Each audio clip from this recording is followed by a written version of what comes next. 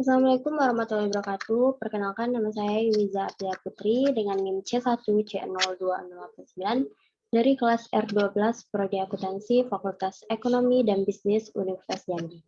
Bila di sini saya akan menjelaskan materi ke-10 mata kuliah perpajakan 1. Pokok bahasan yang akan kita bahas yaitu ada 3 pokok bahasan. Yang pertama, dasar pengenaan pajak, kedua, depresiasi, dan yang terakhir yaitu amortisasi. Kita masuk ke pokok bahasan yang pertama, yaitu dasar pengenaan pajak. Penghasilan kena pajak dibagi menjadi dua, yaitu yang pertama penghasilan kena pajak atau wajib pajak padan penghasilan neto, dan yang kedua yaitu penghasilan kena pajak bagi wajib orang pribadi penghasilan neto sampai dengan PTKP, penghasilan neto sama dengan penghasilan bruto dikurang dengan biaya yang diperkenankan Undang-Undang PPH. Menurut Undang-Undang PPH terdapat dua jenis biaya atau pengeluaran. Yang pertama itu yang dapat dikurangkan dari penghasilan bruto, dan yang kedua itu yang tidak dapat atau tidak boleh dikurangkan dari penghasilan bruto. Biaya-biaya yang dikurangkan dari penghasilan bruto yaitu biaya untuk mendapatkan, menagih, dan memelihara penghasilan, termasuk biaya pembelian bahan, upah, gaji, honor, dan sebagainya kecuali pajak penghasilan. Yang kedua yaitu penyusutan atau amortisasi yang mempunyai masa manfaat lebih dari 1 tahun. Yang ketiga, iuran kepada dana pensiun yang pendiriannya disahkan Menteri Keuangan. Selanjutnya yaitu kerugian karena penjualan dan atau pengalihan harta dalam perusahaan untuk mendapatkan, menagih, dan memelihara penghasilan.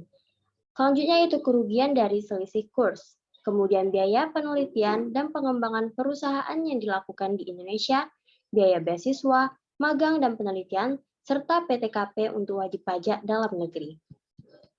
Perubahan Undang-Undang Perpajakan, yaitu yang pertama tentang ketentuan umum dan tata cara perpajakan, yaitu dulunya Undang-Undang Nomor 16 Tahun 2000 berubah menjadi Undang-Undang Nomor 28 Tahun 2007. Kemudian yaitu tentang pajak penghasilan. Dahulu yaitu Undang-Undang Nomor 17 Tahun 2000 berubah menjadi Undang-Undang Nomor 36 Tahun 2008. Yang ketiga itu mengenai PPN dan PPNBM, yaitu Undang-Undang Nomor 11 Tahun 1994 berubah menjadi Undang-Undang Nomor 42 Tahun 2009. Yang keempat yaitu penagihan dengan surat paksa, yaitu Undang-Undang Nomor 19 Tahun 1997 berubah menjadi Undang-Undang Nomor 19 Tahun 2000. Dan tentang PBB maksudnya, yaitu Undang-Undang Nomor 12 Tahun 1985 berubah menjadi Undang-Undang Nomor 28 Tahun 2009. Dan akhirnya pada BPHTB juga mengalami perubahan dari Undang-Undang Nomor 21 Tahun 1997 berubah menjadi Undang-Undang Nomor 28 Tahun 2009. Kemudian itu berdasarkan Undang-Undang Nomor 36 Tahun 2008, PTKP ditingkatkan menjadi, yaitu untuk wajib pajak menjadi 15.840.000, tambahan untuk kawin yaitu 1.320.000, tambahan untuk istri bekerja yaitu 15.840.000 yang penghasilannya digabung. Kemudian tambahan untuk keluarga sedara yaitu 1.320.000 dan anak angkat yang jadi tanggungan yaitu maksimal 3 orang. Selanjutnya berdasarkan Peraturan Menteri Keuangan Republik Indonesia PMK nomor 101, maksudnya PMK nomor 101 garis miring PMK titik 010 garis miring 2016 tentang penyesuaian PTKP, maka besaran PTKP ditingkatkan menjadi untuk wajib pajak yaitu Rp54 juta, untuk tambahan untuk kawin Rp4.500, tambahan untuk istri bekerja yaitu Rp54 juta yang penghasilannya digabung. Sedangkan tambahan untuk keluarga sedara yaitu Rp4.500.000 dan anak angkat yang jadi tanggungan maksimal 3 orang. Tarif pajak berdasarkan pasal 17 Undang-Undang PPH yaitu wajib pajak orang pribadi dalam negeri. Dasar pengenaan pajaknya yaitu sampai dengan 50 juta tarif pajaknya 5%.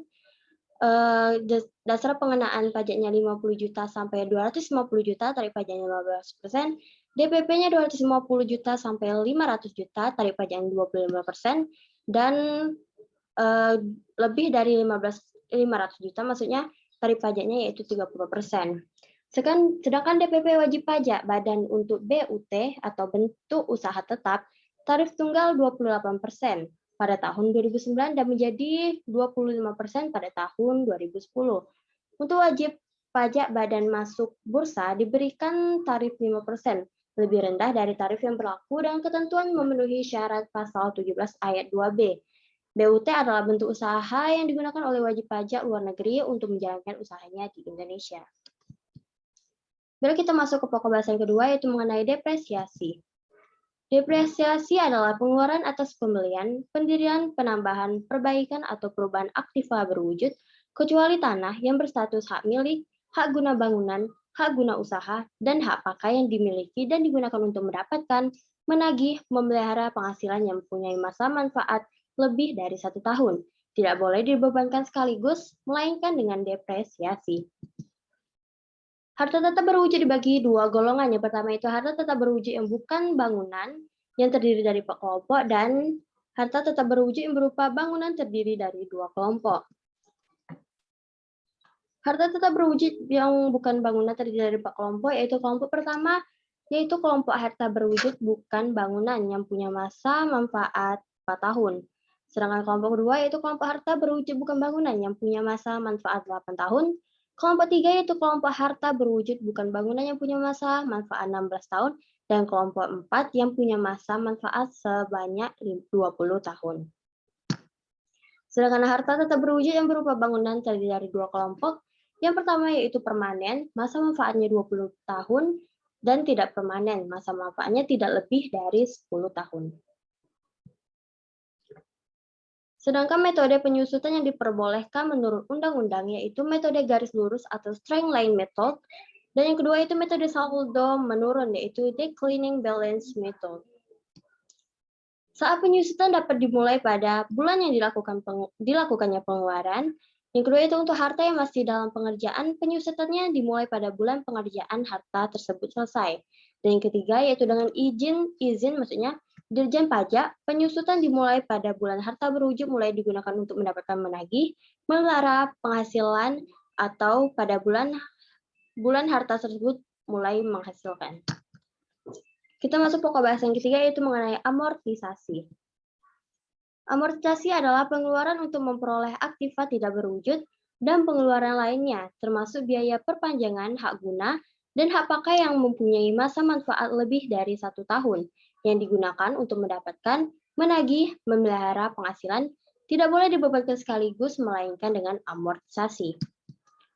Harta tetap tidak berwujud digolongkan menjadi 4 kelompok, yaitu kelompok pertama itu kelompok harta tidak berwujud bukan bangunan yang punya masa 4 tahun, kelompok kedua yaitu punya masa manfaat 8 tahun, kelompok tiga itu kelompok harta tidak berwujud bukan bangunan yang punya masa manfaat 16 tahun, dan yang kelompok keempat yaitu yang mempunyai masa manfaat 20 tahun.